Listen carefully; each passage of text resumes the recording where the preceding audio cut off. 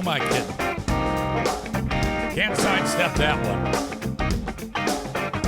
Welcome into the Eric Zane Show podcast, a daily show where I discuss news, nonsense, and my personal adventures from right here in the Impact Power Sports studio. As I speak with you right now, I am disconnecting from Q100. If I don't do that, I get my ass beat. Like, no joke. There is a like a button that controls like remote coverage for the radio station. Like when I move the mouse on this control setup that you can't see, this lady named Jo Marie, 200 miles away, she'll be working and using the mouse, and all of a sudden I will take control of it. She's like, what the? So she said, hey, will you disconnect when you get done doing your broadcast? I go, yeah, of course. And then I proceeded to never do it. And so every time she would remind me, it would I don't know, it just seemed to be like 1% less sweet. Until we got to zero sweetness. I'm like, oh, fuck. So now I got to make sure that I do that. If I don't, she will beat my ass. And, you know, when you start at a new gig, you know, you've got like the honeymoon phase when there's no ass beating. But then over time, they get sick of your shit in any gig, any radio station gig. But I love these people. They're great. I was up north this weekend for a poker tournament. Okay, first of all, before I get to the story, and I can't wait to tell you this story. This show originates in the Impact Power Sports studio.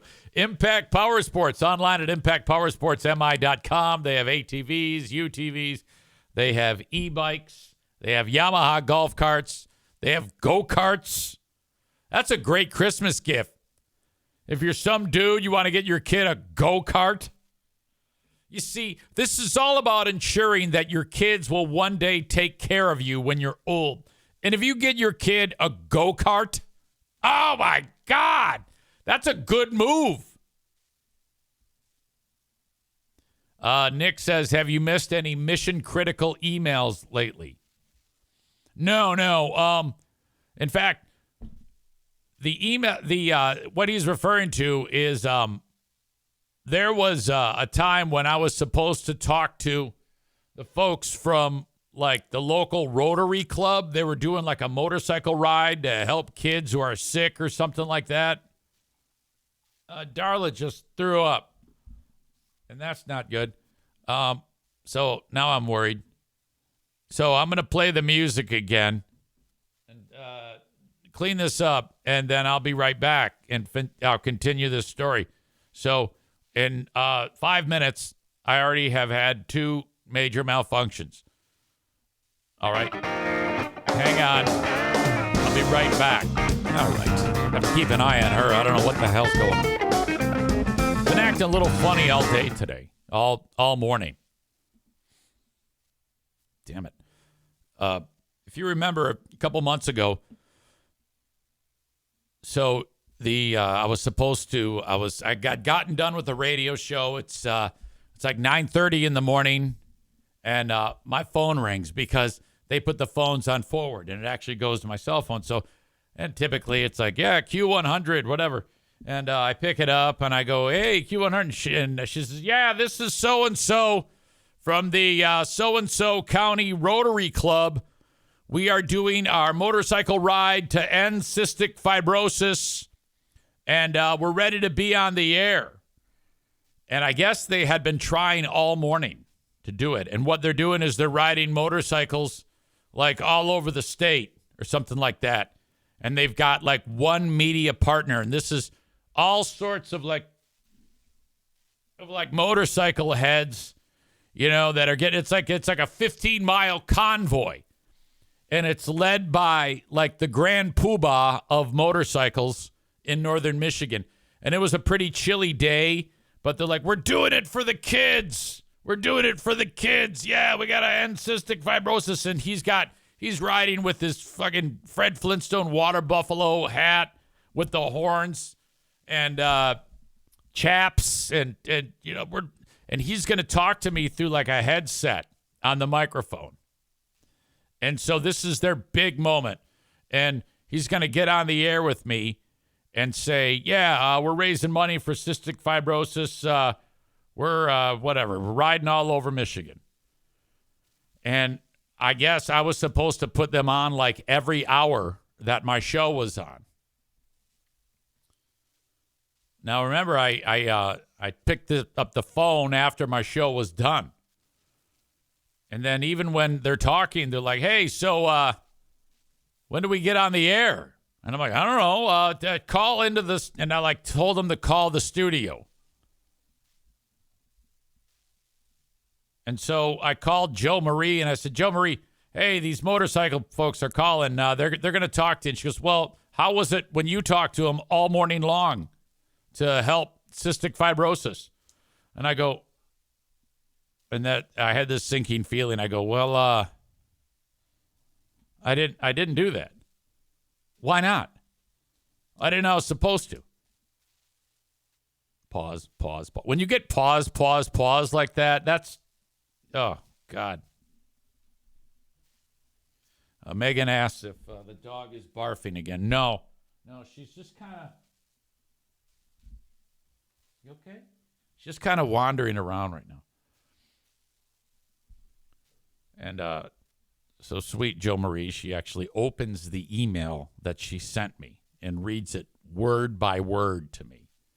Dear Eric, on this day, they will be calling, you will be talking, confirm that you got this. It's just so embarrassing. I felt like I was in grade school getting busted with something. If you notice that I'm looking over my shoulder, it says I'm checking on Darla. I just don't want.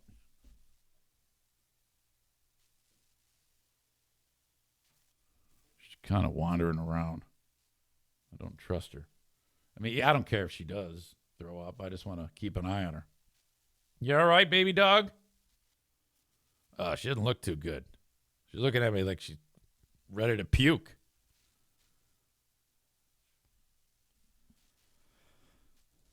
So she goes, yeah, you were like the point man. You were the big one to do this, and then you were going to hand it off to me. And I go,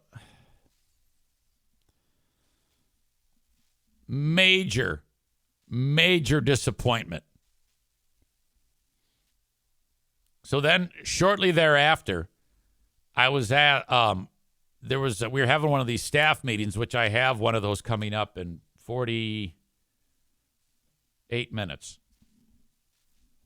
And this was brought up on the staff meeting. Hold up a second. Darla, come here, baby. Come on. And so that kind of passes. And then, where'd you go? And then in that meeting, she says, so we've got the big Toys for Tots poker tournament.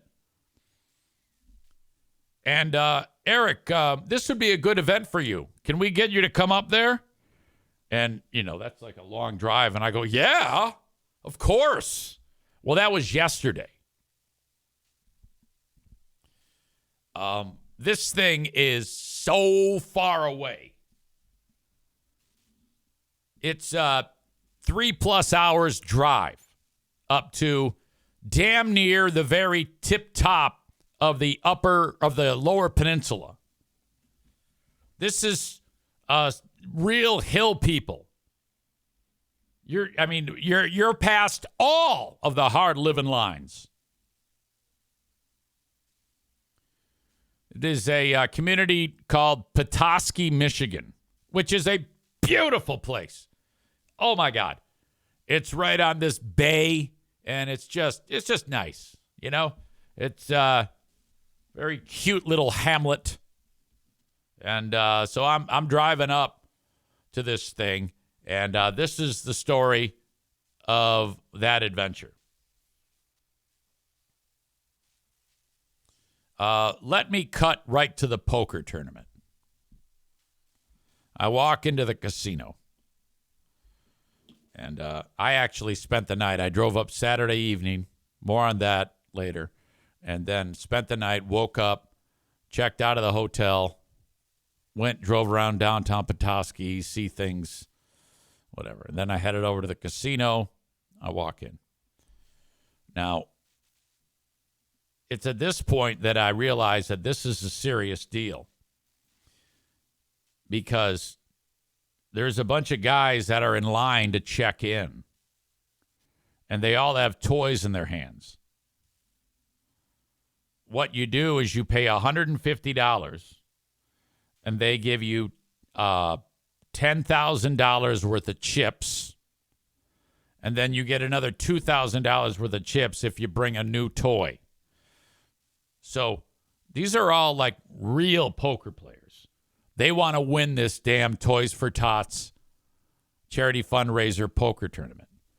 Of the $110 that the players pay, of the $150 that they pay, I should say, $110 goes towards the purse, and $40 goes towards Toys for Tots. They buy more toys. It's a goodwill gesture by the casino and the gaming community, and they invite radio station people to be a quote unquote celebrity player in the tournament. So I'm there. JC is there. This dude, Randy, from the radio station known as the Roadrunner, he's there. What's up, fellas? How you doing? Okay. Now, I've played poker like with my family. 5-card draw, 5-card stud, 7-card draw, 7-card stud. That's it. And the game they're playing is Texas Hold'em. I've played Texas Hold'em one time. But it's pretty simple, and I know, like, whatever, a flush beats a straight, shit like that. I know all that, but I'm just worried about betting. I'm not good at that. So, but I figured it out by the end. It wasn't a big deal. But I even said to all the players, I go, hey, I'm here to give my money to you, and I cannot win any money, and I'm just going to go there, have fun. And I did. I had a ball. Now, of the 10 people at the table, and I have never played poker in this setting ever. And all the other players, they want to knock me out. Whoever knocks me out gets to spin this wheel, and you get, like, good shit. There's all sorts of great fucking prizes. And it's fantastic. So everybody's kicking ass. And the first hand, I just watch it all go around, and I have shitty cards, so I fold. And then my next hand, I have decent cards, so I bet. And I continue to bet. And then it's down to 2 players because everybody's folded. And we get to the point when you show their cards, and there's a big fucking pot of chips. I mean, it got up there, the betting here. And I flipped my cards, and I fucking won. So now I've, like, doubled. I had $14,000 worth of chips when I started. And so now it's like I've got this fucking Scrooge McDuck fucking pile in front of me. And everybody's looking at me like, what the fuck? So now I'm like, all right, I don't want to be here all fucking my lifetime. But time is running on. And then I don't know really. I'm so bad at this. Like, I don't know how to, like, just quit. So I'm just kind of, like, betting randomly. And then I like, won again. Another hand. And I'm like, Jesus Christ. So this is like 3 hours into this deal. And JC, he gets knocked out. I'm like, what the fuck? I've never done this, and here I am, and you asshole. So he leaves, and then I go, all right, he went home. He goes, see you later. Now I got to drive 3+ hours home. So I'm like, fuck, this has been 3 hours, and I'm getting fucking bored. And I cannot win a dime. And so I've got this mountain of money in front of me. Because I've been just nickel and diming. I just keep folding because my cards are shit. Well, I get a 3 and a 4 on my 2 cards. I don't want to go into the details. If you don't know how to play Texas Hold'em, don't worry about it. But I've always wanted to do this. But it was down to me and another guy betting. And I look at my dealer and I go, so I don't want to play anymore. She goes, oh, go all in. I go, just all this shit? She goes, yeah. So I just fucking push it. All this. I go, all in. And all the chips are falling on each other. They're fucking scattered everywhere. Everyone's eyes get big as fucking saucers. There's like $11,000 in chips in there that I just pushed in. And the guy goes, oh, and the guy, now I'm thinking to myself, what if he fucking folds? Then I'm really fucked because all this other money that's in there in addition to what I put in, oh no, I'm never gonna get the fuck out of here. And he's getting ready to like quit, to fold. I go, don't fold! Don't fold! And now the other guys figure out what I'm doing. They go, he wants to quit. He's fucking done. But that guy, he got into the game late, so he's not aware. He thinks I'm like a player. I go, dude, my money's no good here. I mean, what I'm giving goes to the pot, and you will win it. And so they all laugh. He puts it all in, and we flip our cards. He didn't have shit either. He had like a 10 king, and my 3-4 doesn't go anywhere. He wins. I get the fuck out of there. Oh, my God. It took so long. I'm like, how can anybody play this game? I would have been bored. Even if I had a stake in it, I'd be like, God damn it, this is tiring. I'm more tired sitting here doing this than I would be if I was doing my triathlons.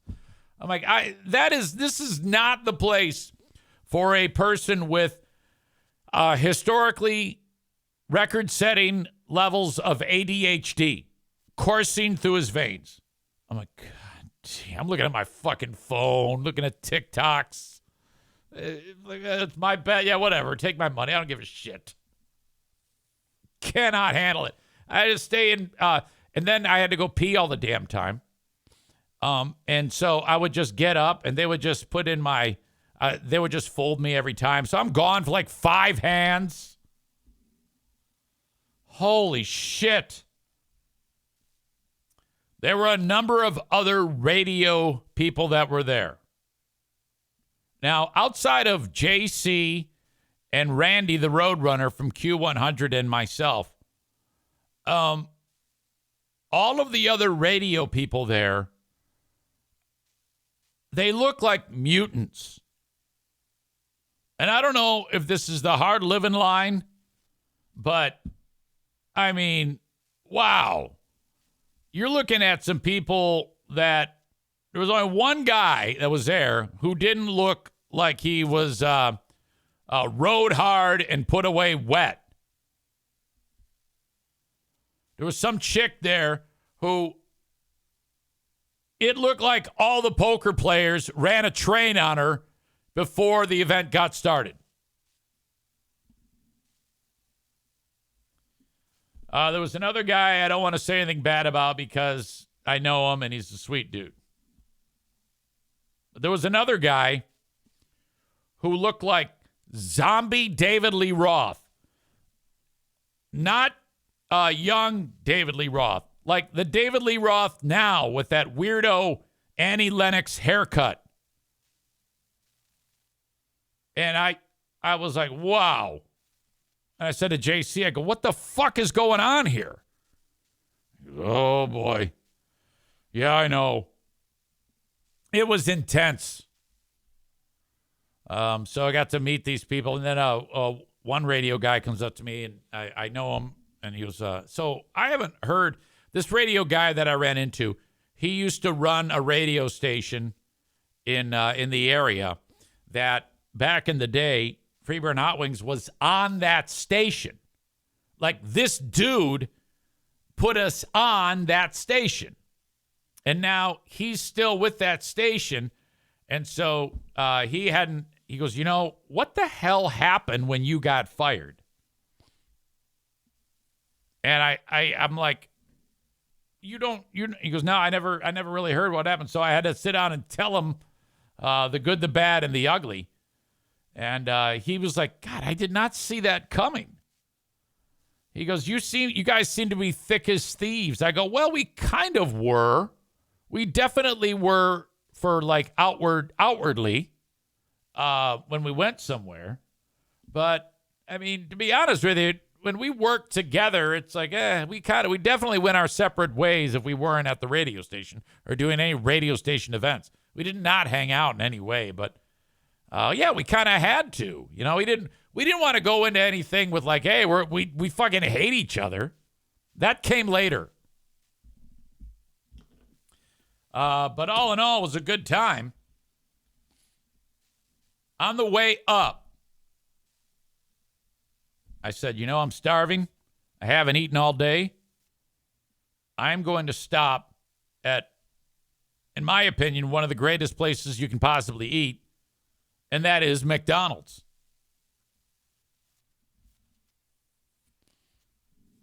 It is an absolute treat. Every once in a while, I go to McDonald's, and I always get the same damn thing. Big Mac meal with a double cheeseburger sandwich. So all of that. Whatever. Now, this is in a community north of the hard living line. It's actually 3 hard living lines north. It is called Kalkaska. Now, I pull in. I notice, this is at 8:15. Actually, my order came in at 8:14 p.m.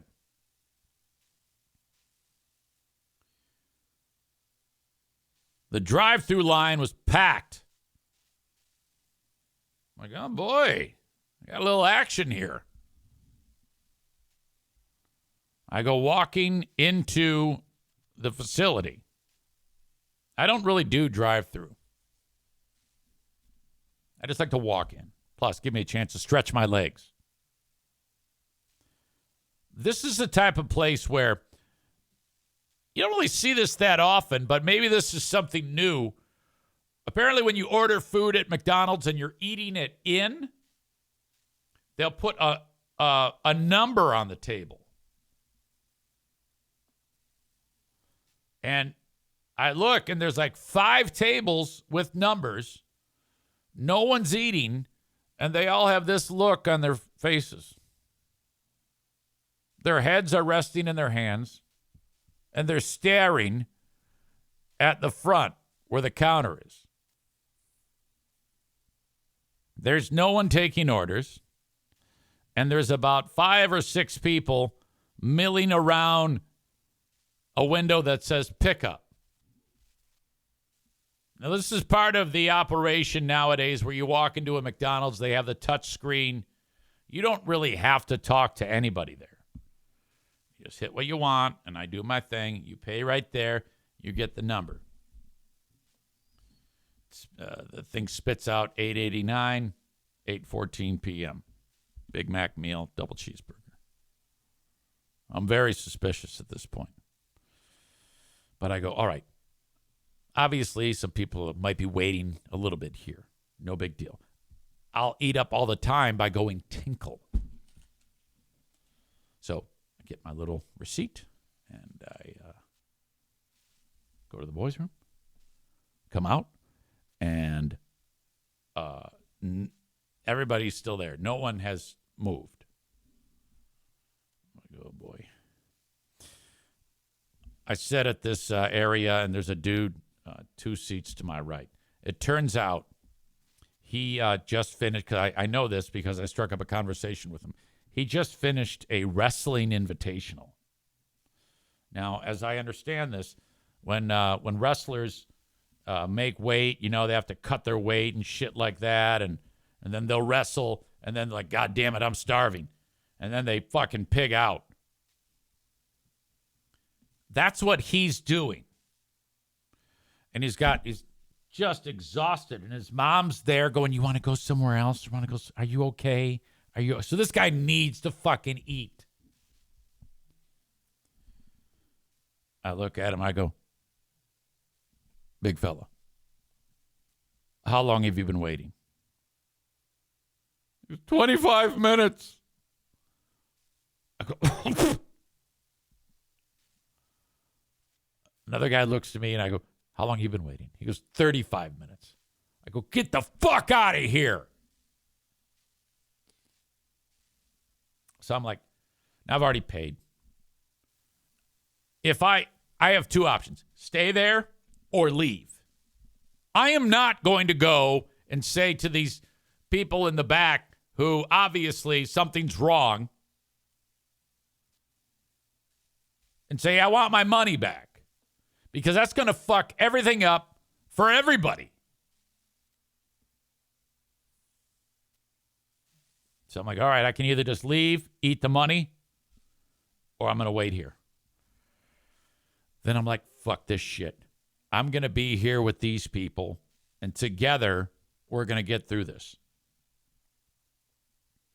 One of the dudes who ended up waiting 40 minutes, he got his food, and he said, good luck to me. So this is what we're up against. One by one, the food orders start leaving. And there was one guy, the guy who said good luck to me, he walked up to the pickup window and goes, look, dude, I've been waiting 40 minutes. And the guy said, we're packed. There is nothing we can do. We are working. And I believe them. They had 3 people working. All right. So whatever. But I'm just patiently waiting. I was sending updates to Pooh Bear. 21 minutes, 26 minutes. It took 47 minutes for me to get my food. And in fact, all of the people that were seated, that had those numbers on their seats, they all got served. They were all before me. And then there was a couple of bros who came in, and they got their food. They actually ordered well after me, and they got their food before me. And I'm the only one left. Everyone else is eating. The drive-thru is cleared out. And the bros who came in after me, they got their food. And so this Shrek-looking dude looks at me, goes, and he realizes something's not right. And he goes, what order number are you? And I said, 889. And he goes, 898. I go, no. And he starts to walk away. And I go, no. And I go, just take this. And I give him, like, my order. And then I realize this is the light at the end of the tunnel. So I got up. I wandered over to the front. And when he finally handed me my food, he said, here you go. I said, thank you. And it was fine. It was hot. It was fresh. I actually put a Google review. I did the old Kenny. I gave them a 1-star review. And I wrote, seriously long wait times, 46 minutes. Everyone was waiting. Total catastrophe, understaffed. And I found the, what do you call it? I should call their Kalkaska McDonald's.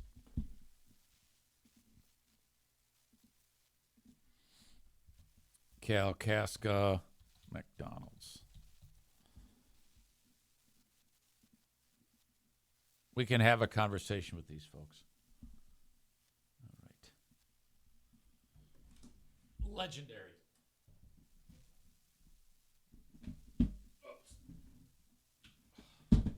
By the way, once again, we do have a staff meeting, radio station staff meeting, coming up at 11.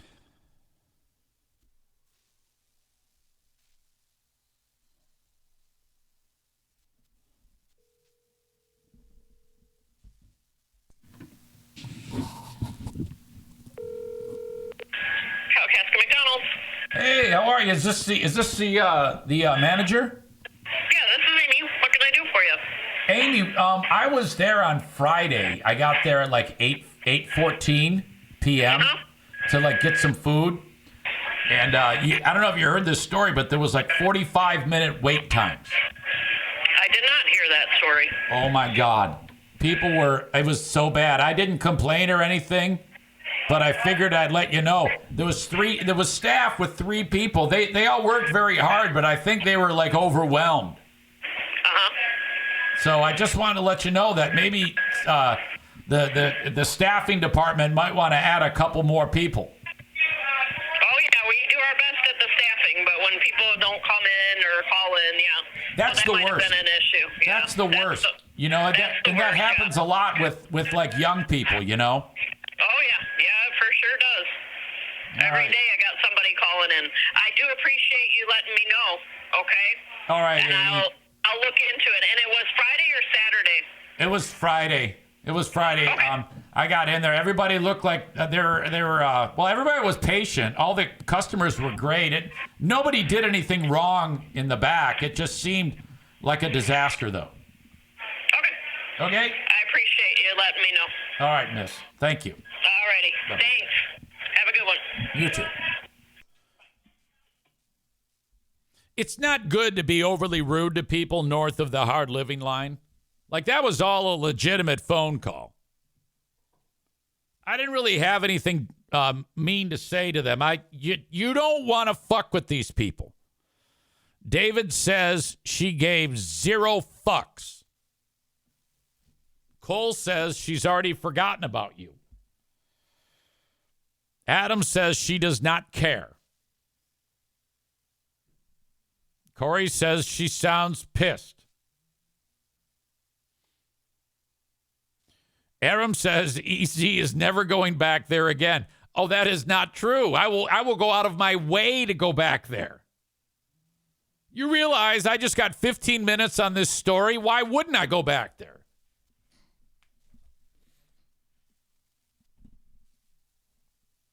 But is complaining and getting the employees into trouble.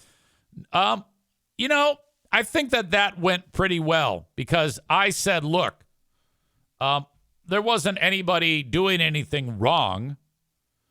She said it was the fault of people who call in. And those people should get in trouble.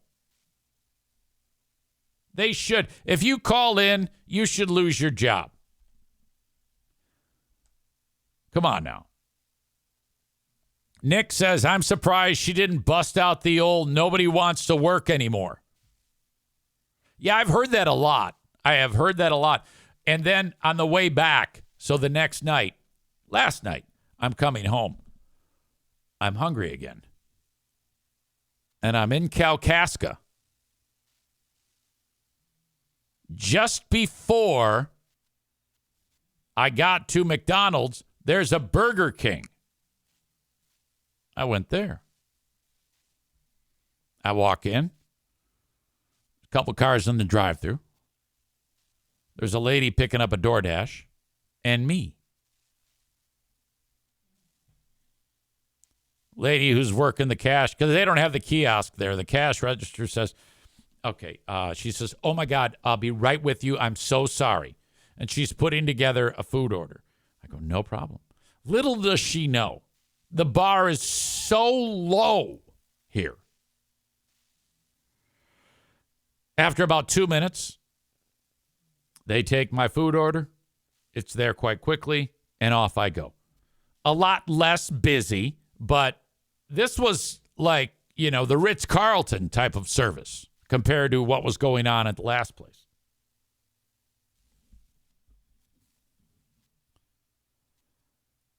All right. Kenny says she was mad she had to answer the phone is all. Bob says that's the voice of a woman in her late 50s, and she's probably 22.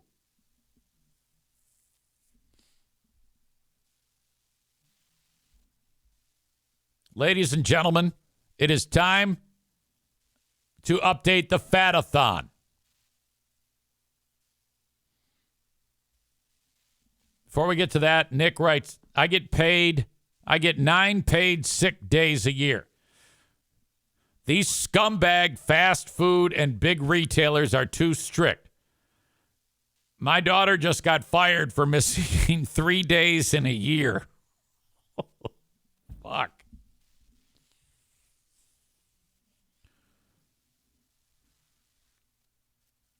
All right. When we last left you, Kenny had just finished up a week where he ballooned 5.2 pounds to put him at 316.6. Overall, during the first 11 weeks, he had 2 wins in Fat-a-thon, 9 losses. Overall, he had lost 43.4 pounds after the 5.2 pound weight gain. Weigh in today. He is down 0.4, which is great. He is at 316.2 for a total of 43.8 pounds.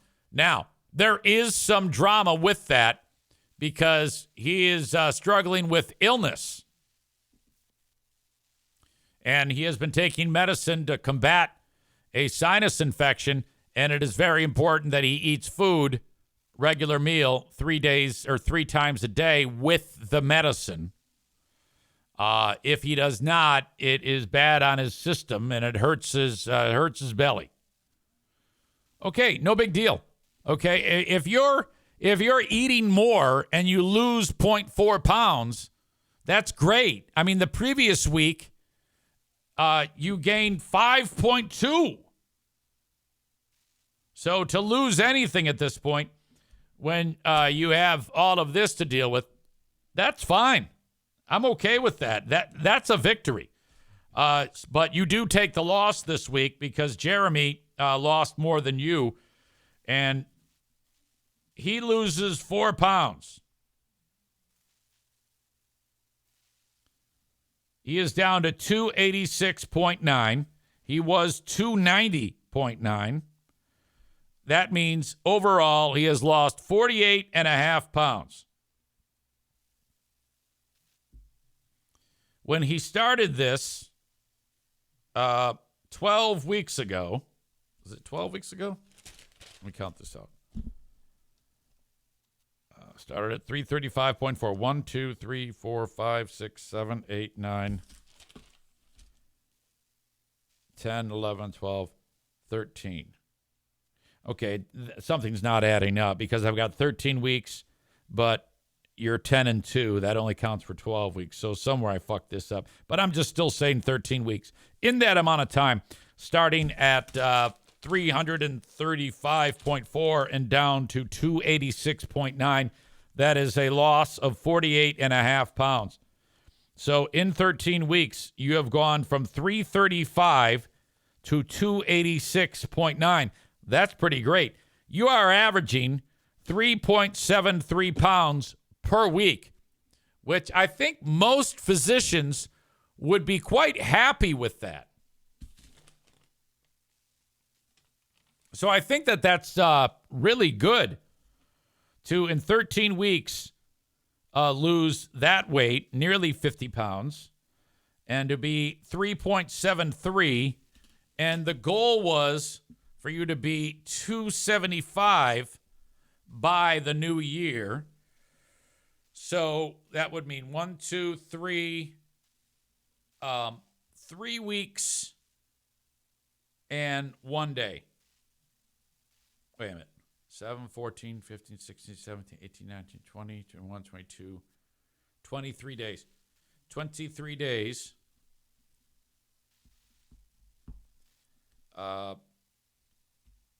You're at 286 now, 0.9, and you want to get down to 275 by the new year. So that would mean 11.9 pounds. I'm just doing the math to see, plotting out what you need to do that. You would need to lose, on average, 0.51 pounds per day times 7 days. So you've been averaging 3.73 pounds lost per week. For the first 13 weeks, you would need to average 3.62 pounds for the remaining time, like in 7 days' time. That would have to be your average for you to hit the goal of 275. So I would say you are within striking distance, but if you let up off of the gas for even the slightest amount, that might fuck you up. But I do not think that this is unattainable. 3.62 pounds per week average between now and the new year.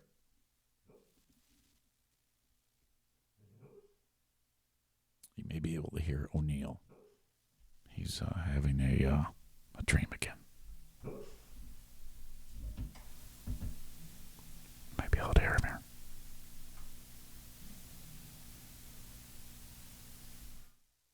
Okay. I think he quit having a stream. Jeremy says, I've been keeping track of my blood pressure too. We're going to have to adjust my meds because I'm starting to feel woozy when I stand up sometimes. All right. Yeah. And I'd be anxious to hear what the physician says of your weight loss. I don't know if you've been in touch with your doctor. You can probably just even send him an email through your MyChart if you have that. All right. Congrats. Early congrats. And Kenny, yeah, you know, I mean, one step at a time. Get past this here, and we will then reassess. Your illness is something that can really mess things up in this process. I have some topics I want to talk about, many other ones, but one of the things I want to get into is the college football playoffs are set. Before I get into that, though, Alabama did not make the playoffs, and a lot of people are saying that's bullshit. That they should have made the playoffs, and that SMU, Southern Methodist, should not be in the playoffs.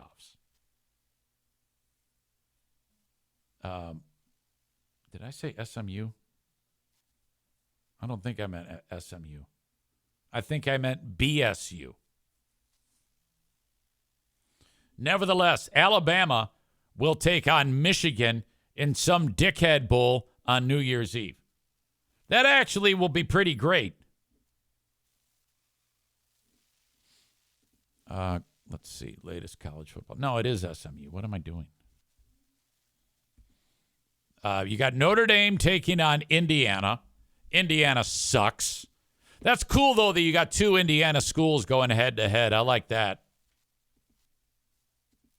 And then you've got the aforementioned SMU and Penn State. And then you've got Ohio State and Tennessee. That's going to be something. I sure hope Tennessee wins. The Texas Longhorns take on Clemson. The winner of Notre Dame and Indiana takes on Georgia in the Sugar Bowl. The winner of Penn State SMU takes on Boise State in the Fiesta Bowl.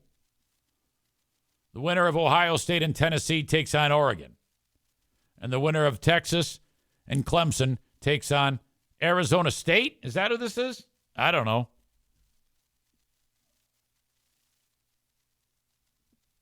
In my opinion, Penn State beats SMU and then Boise State. Fuck this Boise State shit. Final four will be Penn State, Georgia, Oregon, and I don't know, whoever the fuck this is. It'll be Oregon and probably Georgia.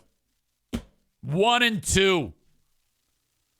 Now, it would be very interesting if it was like one of these shitbag schools, like SMU taking on Clemson in the national championship. I would love an upset, but come on now. That's not going to happen. Concerning your Detroit Lions, after that victory, it was very important that the Minnesota Vikings lose. Because as much as the Lions have been winning, so have the Vikings. That's a damn interesting story. They've got this quarterback on that team who was a pile of shit. All throughout this guy's career, Sam Darnold, he hasn't done anything.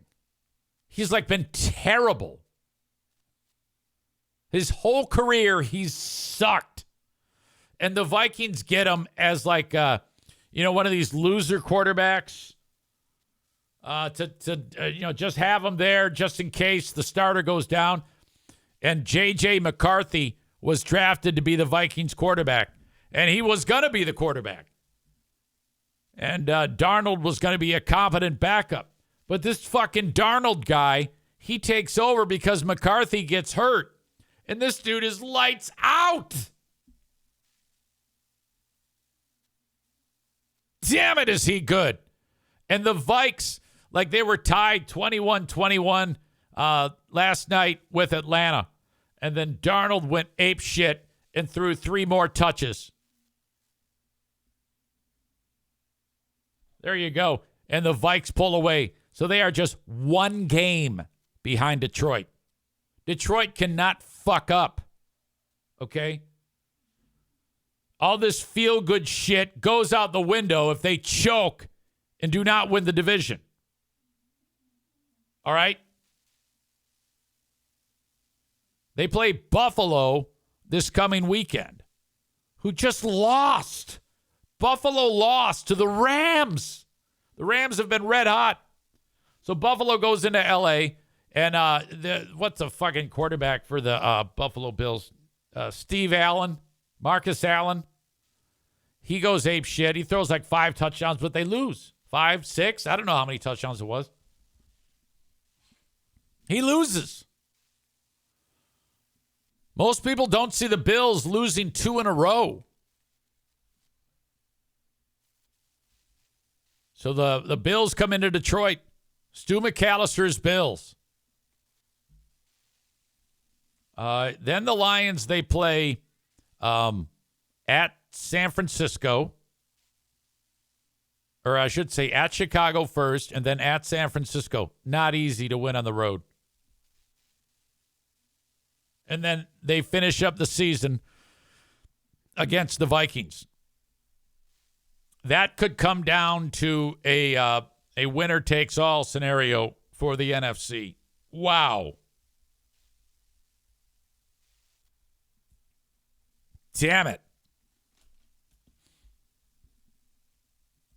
Wolverine Broncos says the Bills will be tough to stop with all the injuries the Lions have on defense, without a doubt. Without a doubt. I mean, it was the same thing with the Packers, you know. The Lions' defense was, they were all right in that game. They were good enough to win the goddamn game. Now it seems like more and more people, I saw some fucking talking head piece of shit on Fox Sports. He said Dan Campbell is not a good coach. He just said flat out, Dan Campbell, not a good coach. And he is basing that on the riverboat mentality, the gambling on 4th down. And he cited the 2 scenarios in the most recent game when he went for it on 4th down with the Lions backed up to their 30.